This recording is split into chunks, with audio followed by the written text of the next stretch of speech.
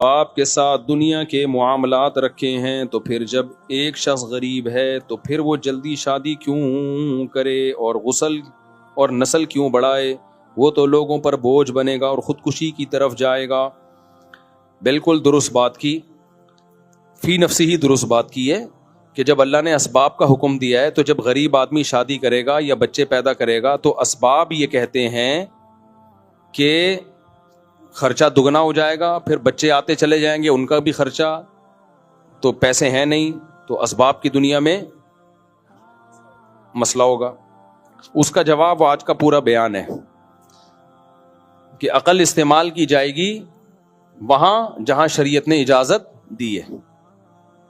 جہاں شریعت نے کہیں آرڈر آ جائے تو پھر اس سے آگے عقل کا استعمال کرنا یہ عقل کا غیر ضروری استعمال ہے۔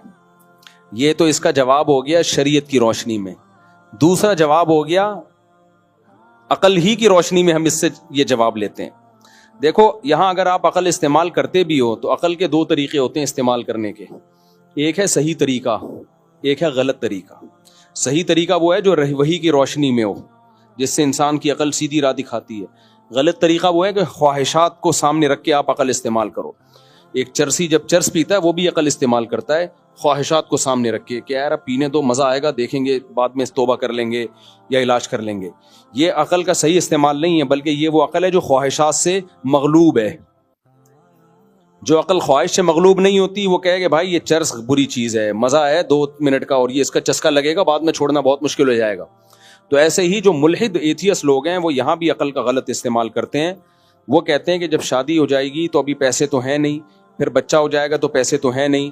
بات یہ ہے کہ پیسہ ایک ایسی چیز ہے جس کے بارے میں یقینی طور پر بتانا کہ کب کون سے اسباب پیسے کے آپ میں پیدا ہوں گے کب نہیں ہوں گے یہ عقلی طور پر ممکن ہی نہیں ہے،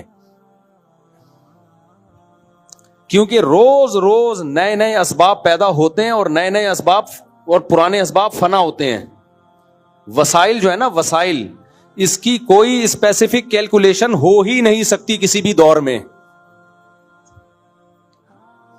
دنیا میں کتنے وسائل ہیں ہمارے پاس، کوئی کیلکولیٹ کر کے بتا سکتا ہے؟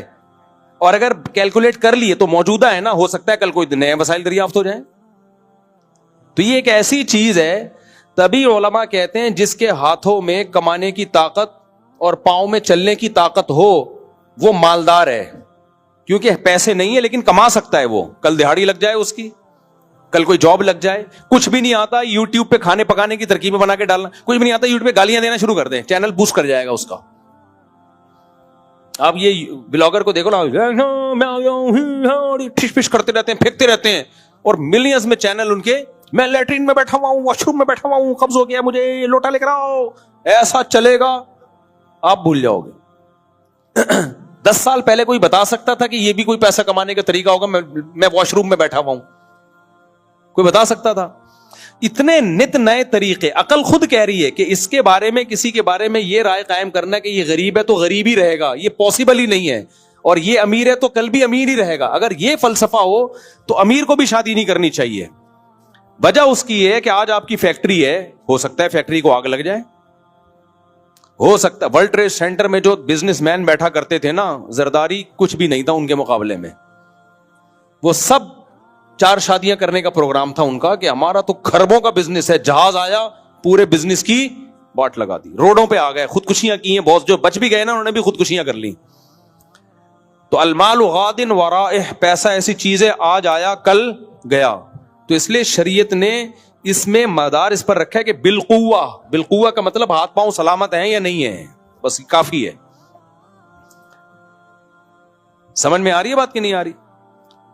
اور دوسری بات، عقل کیا کہتی ہے؟ آپ غریب ہیں تو کیا دنیا کے سب سے غریب آپ ہی ہیں؟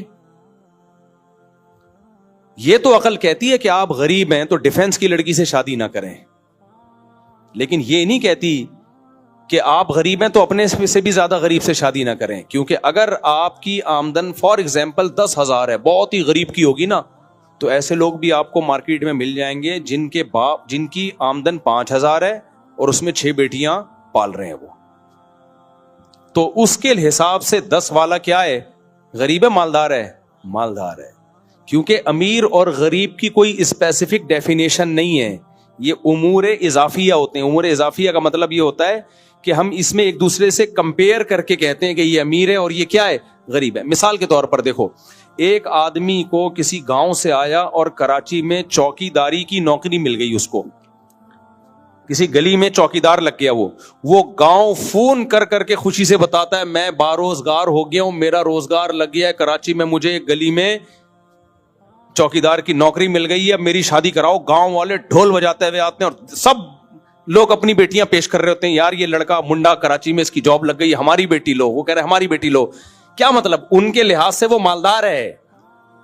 سمجھ میں آ رہی ہے بات کہ نہیں آ رہی؟ وہ آپ کو غریب لگ رہا ہے. اگر وہ غریب ہوتا تو غربت پہ مٹھائیاں تھوڑی بانٹ رہا ہوتا اور اس کے رشتے تھوڑی آ رہے ہوتے. لائن لگتی ہے کراچی سے. جب یہ کراچی سے جو مزدور پیشہ لوگ گاؤں دیہاتوں میں جاتے ہیں نا, یہ بوٹ پالش کرتے ہیں, کپڑوں کو استری کرتے ہیں, آنکھوں میں سرما لگاتے ہیں اور بسوں سے ایسے تیار ہو کے نہا دھو کے گاؤں میں ایسے جا رہے ہوتے ہیں جیسے $6 ملین مین. انگلش فلم آیا کرتی تھی بچپن میں, $6 ملین مین, اس کے کروڑ پتی آدمی تھا وہ. تو ایسے لگتا ہے کہ اگلے الیکشن میں اب گاؤں میں یہی جیت جائے. ایسے آتے ہیں اور گھر میں جا کے 50 کا نوٹ نکالتے ہیں. حقیقت ہے ان کے لحاظ سے یہ کیا ہے, بہت امیر ہے. تو وہ ایسے, ہمارے لحاظ سے وہ غریب ہے تو وہ اپنے جیسے غریبوں میں شادی کرے, وہ ان کو امیر ہی سمجھے گی ان کی بیوی ان کو. کیونکہ شادی جہاں خاندان انسانوں میں ہی ہوتی ہے نا, تو انسانوں میں آپ جیسے اور بھی بہت سارے انسان ہیں. آپ اگر ٹماٹر بیچتے ہو تو ایسے لوگ بھی ملیں گے جن کو ٹماٹر بیچنے کی طاقت بھی نہیں ہے, ایسی لڑکیاں بھی مل جائیں گی آپ کو. اور ڈیفنس والے کی نظر میں یہ کیا ہے, غریب ترین انسان ہے. یار یہ تو بیچارہ گلی میں چوکی داری کر رہا ہے, یہ تو ٹماٹر بیچ رہا ہے. سمجھ میں آ رہی ہے بات کہ نہیں آ رہی؟ ایک بات. آگے دوسری بات رہی بچوں کی. تو عقل یہ کہتی ہے کہ ابھی جیب میں پیسے نہیں ہیں, بچہ جب پیدا ہوگا تو کہاں سے کھلائیں گے. یہ وہ عقل ہے جو شہوت سے متاثر ہے, جو خدا کے مقابلے میں. جب وحی کے نور سے عقل آراستہ ہوتی ہے تو پھر عقل صحیح استعمال ہوتی ہے. عقل کہتی ہے بچہ پیدا ہوا, ماں کی چھاتیوں میں دودھ آیا. اس کا مطلب پیدا کرنے والا اس سے غافل بولو نہیں. اس کا انتظام کس نے کیا ہوا ہے؟ اللہ نے. اب پھر وہی شہوت پرستوں کی عقل, وہ کہیں گے یار بچے کے لیے صرف دودھ ہی تو نہیں چاہیے نا, بچے کو صرف دودھ چھوڑی چاہیے, بچے کو تو اسکول کا فیسیں اور آگے علاج اور فلانا اور ڈمکانا. یہ وہ عقل ہے جو شہوت پرستی سے اور کنجوسی سے مغلوب ہے. اصل میں پیسہ بچانا مقصد ہے کہ میں ہی کھا جاؤں سارا. لیکن یہاں بھی جس کی عقل صحیح استعمال ہوگی وہ کہے گی بھائی, وہ عقل کہے گی ایک سائن ہے, علامت ہے.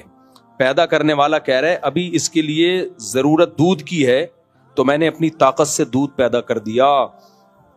جو سب سے مشکل کام تھا وہ میں نے کر دیا, تو جو آسان ہے وہ نہیں کر سکتا میں. سب سے مشکل کام جو کسی کا باپ نہیں کر سکتا وہ دودھ پیدا کرنا ہے. بچوں کی اسکول کی فیسوں کا زکاتوں سے بھی انتظام ہو سکتا ہے. فری پھوکٹ کے اسکول بھی کھل جاتے ہیں, فری میں ٹیوشن بھی, ٹیوٹر بھی مل جاتے ہیں. اور پہلی بات, بہت سے بچوں کے لیے تعلیم ضروری بھی نہیں ہوتا.